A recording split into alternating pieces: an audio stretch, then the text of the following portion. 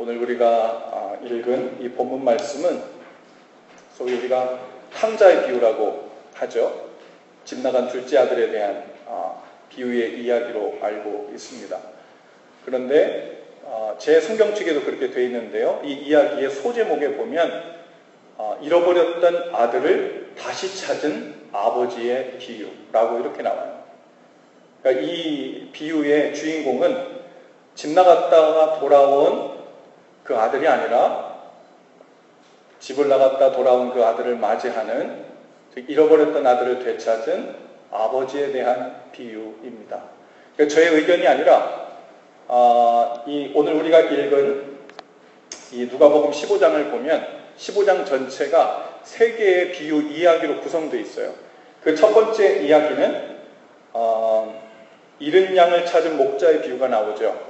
100마리 양 중에 한 마리가 길을 잃었는데 다시 찾아와서 기뻐하고 있는 그 목자의 비유, 이것이 첫 번째 이야기고, 두 번째는 잃어버린 드라크마를 다시 찾은 여인에 대한 비유입니다. 그것도 잃어버렸던 소중한 것을 다시 찾은 그 주인공에 대한 이야기예요. 그리고 세 번째 우리가 읽은 이 본문 말씀, 탕자의 비유로 알려졌지만 사실은 잃어버렸던 아들을 다시 찾은 아버지에 대한 비유예요.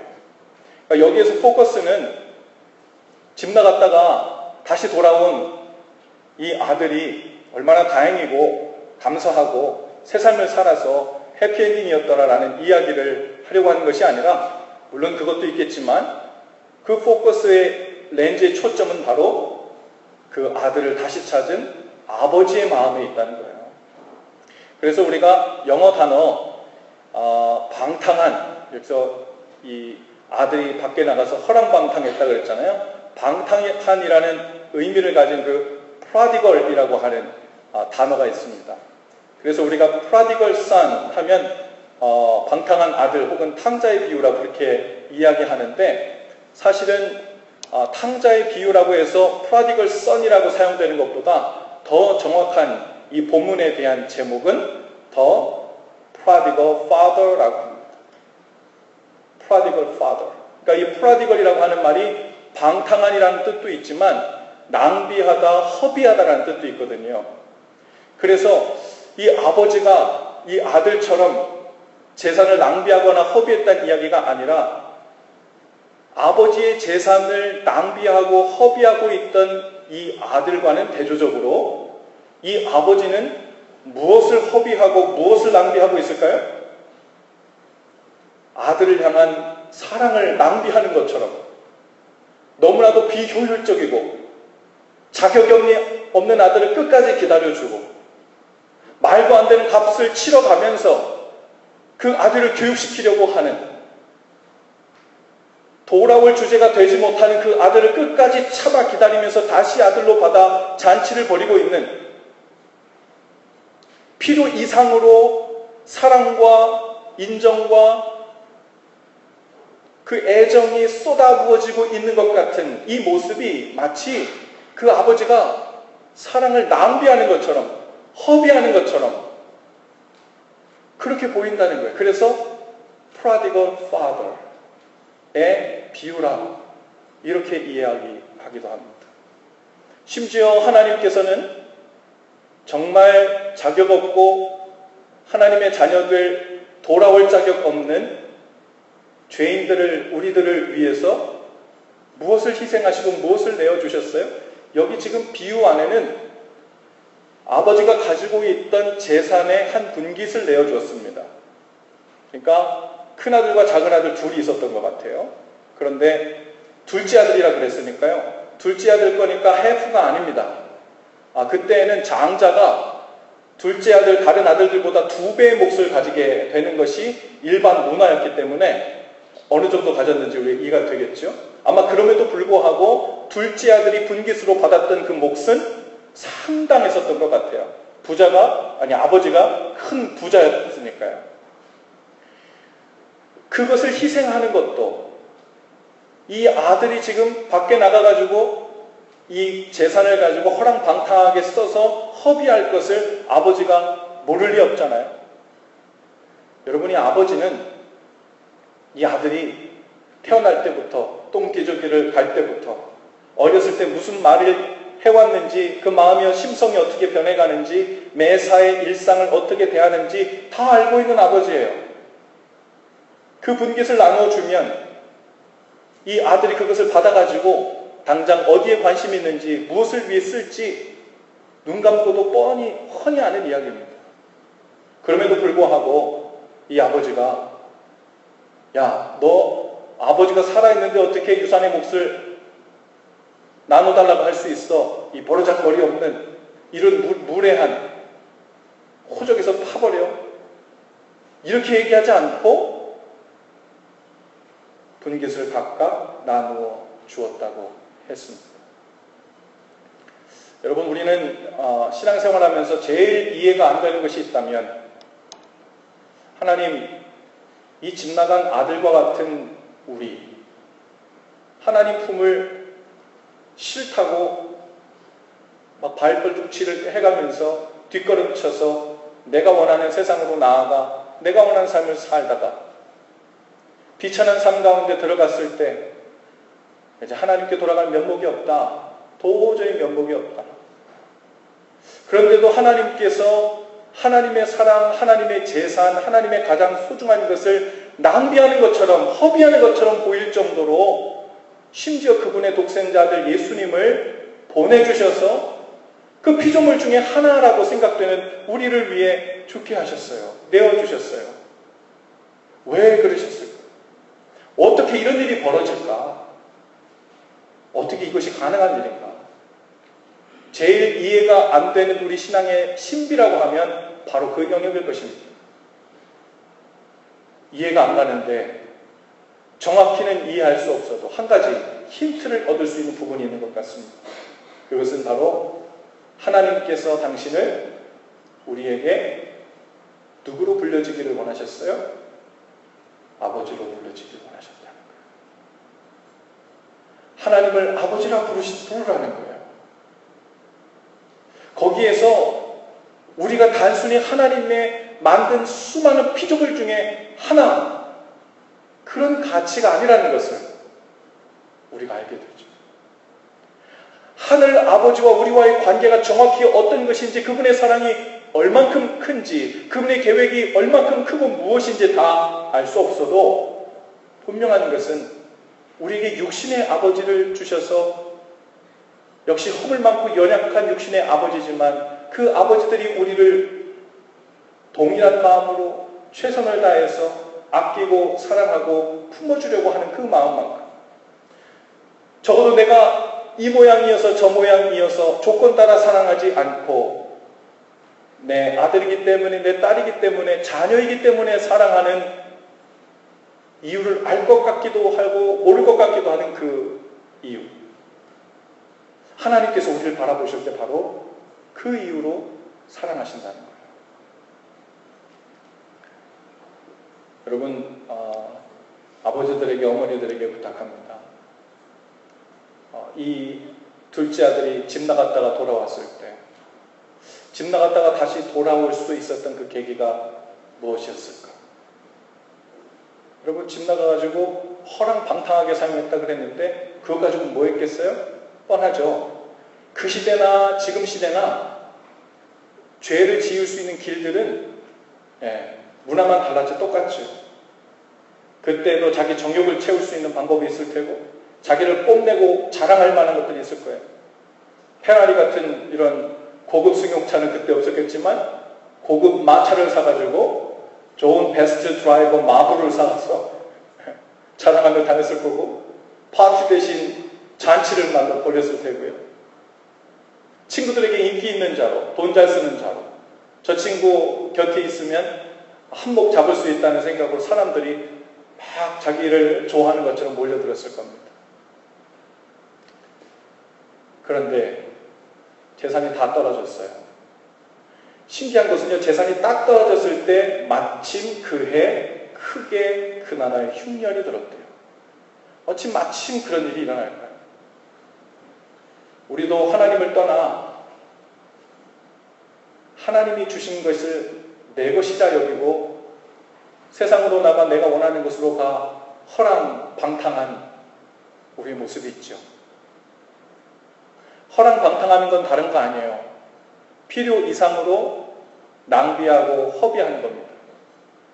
하나님께서 나에게 주신 시간이든 재물이든 건강이든 그 가치만큼 사용하지 않고 그 가치가 제 몫의 가치 역할을 하지 못하도록 허비하고 낭비하는 일에 쓰는 것, 그게 허랑방탕입니다.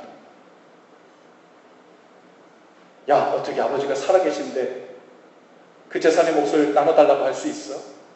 그리고 그것을 자기가 원하는 곳에 가서 저렇게 허비하다니? 어쩌면 이것이 둘째 아들이 우리의 모습일 수 있어요. 하나님이 우리에게 주신 그 모든 것, 이게 내 것인 줄 아는 거죠. 여러분이 둘째 아들 너무 웃기지 않아요? 지가 한 거는 뭐 있어요? 그냥 그 집의 둘째 아들로 태어난 것밖에 없어요. 그런데 당당히 아버지한테 가서 내 몫을 달라고 얘기합니다. 돌아가시지도 않은 아버지한테. 우리가 하나님의 은혜로 생명을 얻어 이 땅에 태어났어요.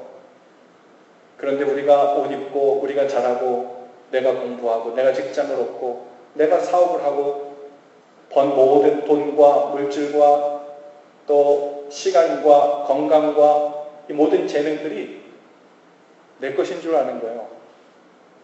사실은 아버지 안에 있기 때문에 은혜로 주어진 것인데, 그것을 가지고 이 세상에서 내가 원하는 대로 낭비하며 허비하며 사용하는 것, 이게 허랑방탕한 삶이에요. 어쩌면 우리 중에도 내 삶의 어느 영역은 이 둘째 아들과 같이 이미 허랑방탕한 삶의 일부일 수 있겠다 생각하는 부분이 있을 수 있습니다. 흉년이 들었습니다. 비참한 지경에 이르렀습니다. 그 당시에는요, 여러 직업들군 가운데 돼지 치는 일은 가장 천한 일이었습니다. 왜냐하면 문화적으로 이 돼지는 부정한 동물이었거든요. 그러니 돼지 치는 일도 부정한 일이었죠. 그 부정한 동물을 치는 부정한 직업을 가지고 사람들이 제일 천시하는 그 일, 마치 조선시대 때 백정일과 같은, 천민이 하는 일 같은, 살아남기 위해서 어쩔 수 없이 끝까지 몰려서 하고 있는 그 일인 거예요. 들에 나가서 돼지를 쳤는데 그 부정한 동물이 먹는 쥐염 열매조차도 배를 불려고 했는데 충분히 없는 거예요. 비참합니다. 내가 어떻게 하다 이렇게 되었는가. 이 둘째 아들의 생각이 어디에 머물기 시작했냐면 그 순간에 생각한 사람이 누구였어요? 아버지. 다시 떠오른 그곳이 어디였습니까? 아버지 계신 집이었어요. 한번 생각해 봅니다. 왜 아버지가 생각났을까? 왜 아버지 집이 생각났을까?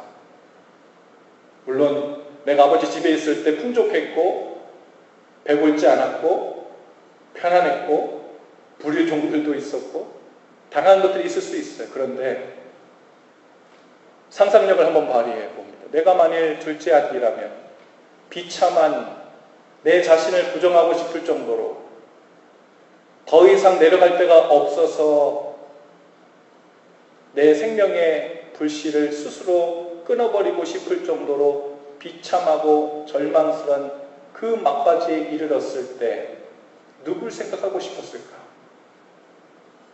내가 돈이 있어서 허랑방탕하며 흥청망청 쓸 때든, 내가 돼지를 치면서 그 쥐염 열매로 배를 채우고 있었던 이 순간이든, 내가 죄인이 되었든 의인이 되었든 상관없이 눈길을 멈추지 않고 마음 주기를 멈추지 않고 끝까지 찾아오시는, 끝까지 함께 하시는, 동일한 눈으로 나를 봐주시는 그분은 누굴까? 이 둘째 아들에게는 아버지가 생각합니다. 이 둘째 아들에게 아버지는 그런 존재예요. 하나님께서 이 비유를 통해 내가 너희들의 아버지다, 이 아버지의 마음이 나의 마음이다 라고 말씀하시는 이유가 여기 있죠. 오늘 우리가 처한 지경이 비참한 지경에 있는 분들도 있을 거예요. 이따가 우리가 헌신 찬양, 그 사랑이라는 찬양을 함께 할 텐데, 내 삶이 마치 꺼져가는 등불 같아서 이렇게 간당간당 꺼졌다 켜졌다 힘없게 위태위태하느니 내가 스스로 내 생명의 불을 끄고 싶다 라는 생각이 들 정도로 비참한 상황에 갔을 때, 그때 기억하는 건 변함없던 아버지의 사랑. 내가 분명 이렇게 허랑방탕할 줄 알면서도 마음에 끊어지는 아픔을 함께 가지고서도 아무것도 묻지 않으시고 재산을 허비하면서 내가 다시 깨닫고 내 품으로 참 아버지의 마음을 깨닫고 돌아올 수만 있다면 내 재산의 절반이 아니라 내 재산 전체를 다 허비하고 낭비해도 좋다. 그 마음으로 독생자 아들 예수님을 주신 그 아버지의 마음, 그것이 우리를 향한 아버지의 마음입니다. 지난 주간에 한 목사님을 만났어요. 그 목사님께서 자기 조카가 한 명 있는데 이제 대학을 막 들어갔대요. 그런데 감당이 안 된답니다. 여자 조카인데 왜 어떤 식으로 감당이 안 되냐 그랬더니 교회만 오면 얼마나 신실하게 기도를 하고 통성으로 기도도 잘하고 막 그런지 몰라요. 그런데 저 교회 문방만 딱 나가면 완전 세상적으로 자기 원하는 대로 막 산다는 거예요. 그리고서는 자기 원하는 대로 다 살다가 교회 주일날 되면 다시 와가지고 하나님 앞에 너무 신실하게 찬양하고 또 하나님 앞에 열심히 기도를 잘한다는 거예요. 그리고서 이런 말을 한대요. 나는 우리 아버지 하나님이 나를 너무 사랑하셔서 내가 어디를 갔다 와도 어디까지 실수하며 다녀와도 끝까지 나를 사랑하실 거라고, 나를 절대 포기하지 않으실 거라고, 그런 마음으로 아주 담대하게 신앙생활을 한대요. 감당이 안 된대요. 그래서 도대체 이 모습을 어떻게 봐야 될지, 혼내야 될지 칭찬이라도 해야 될지 감당이 안 된답니다. 아버지 편에서 보면 어떨까요? 아버지 편에서 물론 우리가 한없는 아버지의 사랑을 이용하거나 그러면 안 되겠죠. 그런데 내가 만일 깊은 절망에 빠지고 낙심 가운데 빠지고 죄 가운데 빠졌다 할지라도 내가 언제 돌아가도 아버지는 두 팔 벌려 나를 안아주시고 사랑해 주시고 잔치를 벌여주시는 분이야 라는 이것을 믿고 나갈 수 있는 만큼 그 마음의 아버지를 향한 그 사랑에 대한 신뢰가 충만하다면 너무 좋을 것 같아요. 아버지 편에서 오히려 그것을 더 기다리며 계시지 않을까 그런 생각이 듭니다. 우리 자녀를 가진 분들에게 부탁드립니다. 무엇보다 어린 아이일 때 아이들에게 반드시 놓치지 않고 가르쳐야 할 일, 그것은 피아노 레슨 한번 못하더라도, 과외는 못 시키더라도 이것만은 놓치지 말아야 될 것, 이것만은 자기 인생에 꼭 구비해줘야 될 것, 그것은 내가 어느 상황, 어떤 형편, 어떤 삶의 스테러스에 처하게 되더라도 나를 사랑하는 나의 엄마 아빠의 사랑, 나를 사랑하는 아버지의 사랑, 끊임없이 나를 기다리고 계시고 끊임없이 나를 그 사랑을 고백하고 계시는 그 사랑은 변치 않는다는 그것, 그것이 우리 아이들에게 확신되어지고 믿어지도록 가르치는 일. 그 일을 위해서 이 부부가 머리를 싸매고 전략도 짜야 될 것 같아요. 아빠가 아이와 함께 인내하고 참아주고 잘 가르치는데 더 이상 내가 참을 수 없어서 인내 한계가 다다르면 바톤 터치하고, 자 이제 당신이 출동해, 난 좀 쉬었다가 다시 올게. 그리고 그 다음번에 또 아내가 가서 또 아이들을 사랑으로 인내하며 함께하고, 또 한계에 다다르면 바톤 터치하고 또 가서 하고. 목적이 분명한 거예요. 어디에 있어요? 이 아이 똑바른 사람, 지금부터 똑바른 사람 만들려고 하는 것이 아니라 실수 없는 사람 만들려고 하는 게 아니라 기술에 잘 숙련된 사람 만들려고 하는 것이 아니라 나중에 그 삶이 길을 잘못 떨었더라도 그 삶의 실수로 나락에 떨어졌더라도 내가 내 인생을 바라볼 때 이제 아무도 내 인생을 바라봐주거나 관심 있게 봐주거나 용납해줄 사람이 아무도 남아있지 않을 것이라는 그런 마음이 들지 않도록 사랑에 대한 확신을 심어주는 일. 여러분, 그러면 우리는 자녀들을 살리는 줄 믿습니다. 그러면 그 인생을 위한 가장 확실한 보험, 개런티를 해주는 거예요. 무엇보다 그 일에 우리의 마음이 포커스가 잡혔으면 좋겠어요.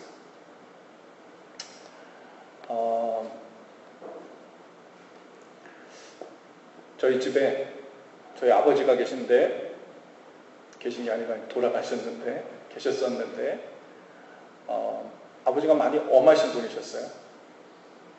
그리고 무뚝뚝하셨고 대화도 많이 없었습니다.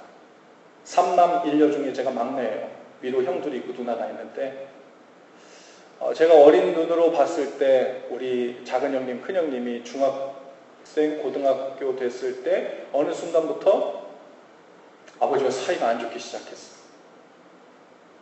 처음에는 대화만 잘 안 통하고 막 혼나는 것을 많이 봤는데 나중 가니까 자신이 잘못한 것에 대해서 아버지께 혼나면서도 한편으로는 아버지에 대한 미움이 싹트고 있는 거예요. 형님들 속에. 더 삐뚤어 나가기 시작했어요. 그래서 가출도 하고 아버지 지갑에서 돈도 훔쳐나가기도 하고 또 이렇게 말썽도 많이 부렸어요. 제가 대학교 2학년이 됐을 때 시간이 훌쩍 지났죠. 아버지가 그렇게 고집스럽고 바늘로 찔러도 피 한 방울 날 것 같지 않다던 그런 아버지가 암이 걸리셔가지고 너무 약해지셨어요. 돌아가시기 하루 혹은 이틀 전으로 기억합니다. 거의 이만기 다리처럼 씨름선수처럼 다리가 아주 그냥 허벅지가 두터우셨어요. 아침부터 저녁까지 늘 농사 그 일을 하셨기 때문에. 그런데 그 모든 근육이 싹 다 빠지고 허벅지를 이렇게 잡으니까요. 뼈하고 살 가죽만 남아서 한 손으로 이렇게 잡아도 거의 허벅지가 이렇게 잡힐 정도로 옛날에 우리가 그 기아 대책본부 같은 데서 보면은 소말리아 애기들이 완전히 뼈만 남아있는, 가죽만 남아있는 모습이죠. 딱 그 모습이에요. 그렇게 근육이 다 빠지니까요. 키도 작아지시더라. 애들 같으시더라. 얼굴도 거의 그 안에 뼈만, 형태만 남고 거의 다 근육이 다 빠졌어요. 위독하시다 그래서 우리 큰형님이 내려왔어요. 작은형님이 같이 왔어요. 사이가 오랫동안 안 좋았죠. 물 한 모금 넘기기가 어려워서 호수를 사용하고 빨대를 사용하시고 그리고 거의 돌아가실 때가 되니까 고통 때문에 거의 그 몰핀에 의지해가지고 천장에 막 그 환상들이 보이는 거예요. 정신이 오락가락 하시니까. 완전히 약해지고 나약해지신 그 모습을 보면서 우리 큰형님이 앞에 앉아서 아버지 손을 잡았어요. 그리고 제가 저 멀찍이 앉아서 우리 큰형님이 하는 소리를 들었어요. 아버지, 제가 진작에 아버지 손이 이렇게 따뜻한 줄 알았었으면 좋았을 것을요.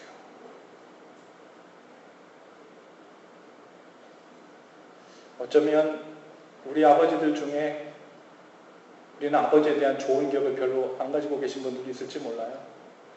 아니, 아버지에 대한 기억이 전혀 없는 분들도 있을지 모릅니다. 우리의 이 땅의 아버지는 약하죠. 실수 많죠. 알면서도 그 사랑이 제대로 표현이 안 되고 알면서도 그 마음이 잘 정돈이 안 돼서 돌아서면 후회하죠. 그래서 어떤 사람들은 나는 이 땅에 있는 아버지에 대한 안 좋은 기억 때문에 하나님 아버지에 대한 기억도 제대로 설 수 없다고 말하는 사람들도 있어요. 그러나 오히려 그렇기 때문에 하나님께서 하늘 참 아버지의 모습이 무엇인지를 우리에게 가르쳐 주시는 줄 압니다. 오늘 이 본문 말씀은 하늘 참 아버지의 모습을, 본래 이래야 되는 모습을 우리에게 가르쳐 주시는 거죠. 아버지의 주일 우리가 맞이해서 설교를 준비하면서 언젠가 제가 영상을 보고 기억에 남았던 영상이 하나 있었는데 제가 다시 찾았어요. 그리고 오늘 이 설교 흐름 속에 잠깐 우리가 비디오 클립을 보고 이어가면 좋겠습니다. 함께 보시죠. KB만 기억하지 말고 우리도 기억합시다. 어떤 분들은 하나님의 마음을 오해하고 있는 분들도 있을 거예요. 아니, 머리로는 아는데 내 상황을 보고 내 마음을 보니 자꾸 오해가 되는 거예요. 정말로 하나님께서 나같이 말도 안 되는 사람을 위해 독생자들을 그 생명을 허비하고 낭비하신다는 게 말이 되나? 아직도 정말 나를 그 마음으로 기다리고 계실까? 지금이라도 내가 정말 돌아간다면 하나님께서 반갑게 안아주시고 잔치를 벌여주실까? 의심하지 말라고. 나는 이해가 안 되겠지만 내가 아버지니까 나는 이런 마음이라고 오늘 본문 말씀을 통해 우리에게 들려주시는 줄 믿습니다. 더 늦기 전에 주님께 돌아갑시다. 어떤 분들은 발버둥치며 주님께서 나에게 준 몫을 가지고 내가 원한 대로 살아보겠다고 세상 어딘가에서 한참 방황하고 있는 분들도 계실지 몰라요. 어떤 분들은 그 자리에서 비참한 삶의 끝자락을 맞이하면서 더 이상 소망이 없어서 아버지 품이 바로 그곳이 내가 있어야 될 자리인데 하고 그 길로 어떻게 돌아가야 할지 고민 중에 계신 분들도 있을지 몰라요. 어떤 분들은 이미 돌아와 문 밖에서 버선발로 뛰어나온 하나님 아버지와 호응을 하고 그 품에 안겨서 다시는 내가 죄 가운데 빠지지 말아야지, 다시는 내가 세상 길로 내가 원하는 길로 가지 말아야지, 다시는 내 결심이 흔들리지 말아야지 하고 마음의 결단하고 계신 분들도 계실 거예요. 그 모든 출발은 우리를 향한 아버지의 마음이 어떠한가를 분명히 알고 재확인하는 데에서 시작됩니다. 그래서 주님께서 우리에게 주시는, 내가 너희를 얼마나 사랑했는지 복음을 주셨는데 그 복음의 시작이 어디서부터 시작되냐면 요한복음 3장 16절, 하나님이 세상을 이처럼 사랑하세요. 그 모든 것의 이유는 아버지로서 우리를 사랑하셨기 때문에 이 모든 일들이 일어나는 거예요. 그러면 아버지가 우리를 사랑한다는 그것을 믿고 기뻐할 때 모든 것이 회복되는 줄로 믿습니다. 오늘 아버지의 그 사랑 다시 단단히 붙잡고 일어서시는 저와 여러분들 다 되실 수 있기를 주님의 이름으로 축복합니다. 모두 자리에서 다 일어나시죠. 헌신 기도를 함께 하고 찬양하며 나가십시오. 한 목소리로 함께 기도하겠습니다. 하나님 아버지, 우리 하늘 아버지가 되어주셔서 감사합니다. 우리를 위해 독생자들의 생명을 허비하시고 낭비하시기를 주저하지 않으신 것은 그만큼 우리가 귀하다는 것을 보여주시기 위함임을 믿습니다. 오늘도 우리를 기다리시는 아버지를 떠나 더 이상 세상을 기웃거리며 소망될 곳을 찾아 헤매지 않도록 인도해 주옵소서. 스스로 돌아올 힘을 잃어버린 형제들, 마음을 놓아 주저앉아버린 자매들을 일으켜 아버지께로 돌이켜 주옵소서. 예수님 이름으로 기도합니다. 아멘. 우리 아버지의 사랑을 믿음으로 고백하며 나아가십시오.